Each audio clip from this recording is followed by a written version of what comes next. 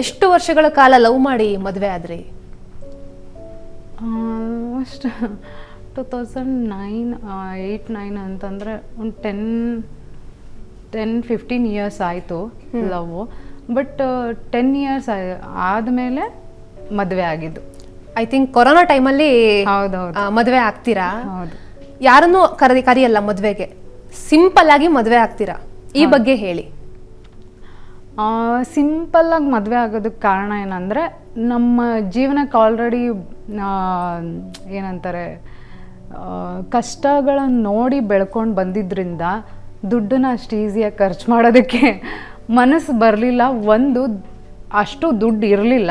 But ನಾನು ನನ್ನ husband ನಾವು ಏನು ಅಂದ್ಕೊಂಡಿದ್ವಿ ಅಂತಂದರೆ, ನಾವೇನು ದುಡ್ದಿರ್ತೀವಿ ಅಷ್ಟೇ ದುಡ್ಡಲ್ಲಿ ನಾವು ಮದುವೆ ಆಗೋಣ. ಯಾರು ನಿಮ್ಮ ಅಪ್ಪ ಅಮ್ಮಂಗೂ ತೊಂದರೆ ಕೊಡೋದು ಬೇಡ, ನಮ್ಮ ಫ್ಯಾಮಿಲಿಗೂ ತೊಂದರೆ ಕೊಡೋದು ಬೇಡ, ಯಾರಿಗೂ ನಾವು ಹೊರೆ ಆಗೋದು ಬೇಡ. ಸೊ ಹಾಗಾಗಿ ನಾವೇನು ದುಡ್ದಿರ್ತೀವೋ ಅದರಲ್ಲೇ ಮದುವೆ ಆಗೋಣ ಅಂತ ಹೇಳ್ಬಿಟ್ಟು ನಮ್ಮ ಹತ್ರ ಇದ್ದಿದ್ದ ದುಡ್ಡಲ್ಲಿ ನಾವು ಮದುವೆ ಆಗಿದ್ದು. ತುಂಬ ಸಿಂಪಲ್ಲಾಗಿ ಮದುವೆ ಆಗಿದ್ದು. ಯಾಕೆಂದರೆ ಎಷ್ಟೋ ವರ್ಷ ಕಷ್ಟಪಟ್ಟಿದ್ದ ದುಡ್ಡನ್ನ ನೀವು ಒಂದು ದಿನದಲ್ಲಿ ಖರ್ಚು ಮಾಡ್ತೀರಾ. ಸೊ ಏನು ಹೌದು, ಮೆಮೊರಿ ಇರುತ್ತೆ. ಒಂದು ಮದುವೆ ಯಾವಾಗಲೂ ಆಗಲ್ಲ, ಒಂದೇ ಸರಿ ಲೈಫಲ್ಲಿ ಆಗೋದು. ಆ ಒಂದು ಮೆಮೊರಿ ಕ್ರಿಯೇಟ್ ಮಾಡ್ಕೋಬೇಕು ಎಲ್ರಿಗೂ. ಈವನ್ ನನಗೂ, ನಾನು ಒಂದು ಹೆಣ್ಣು, ನನಗೂ ಆಸೆ ಇರುತ್ತೆ. ಸೊ ಹಂಗೆ ಅರಶಿನ ಶಾಸ್ತ್ರ ಮಾಡ್ಕೊಳ್ಬೇಕು, ಈ ರೀತಿ ಮೆಹಂದಿ ಶಾಸ್ತ್ರ ಮಾಡ್ಕೊಳ್ಬೇಕು, ಎಲ್ಲದೂ ಇತ್ತು.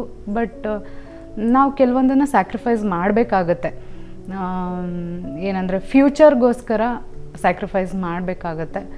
ಬೇಡ, ಸಾಲ ಮಾಡಿ ಮದುವೆ ಆಗೋದಕ್ಕಿಂತ ನಾವು ಹೆಂಗೆ ಮದುವೆ ಆಗ್ತೀವಿ ಅನ್ನೋದಕ್ಕಿಂತ ಹೆಂಗೆ ಬದುಕ್ತೀವಿ ಅನ್ನೋದು ಮುಖ್ಯ ಆಗುತ್ತೆ.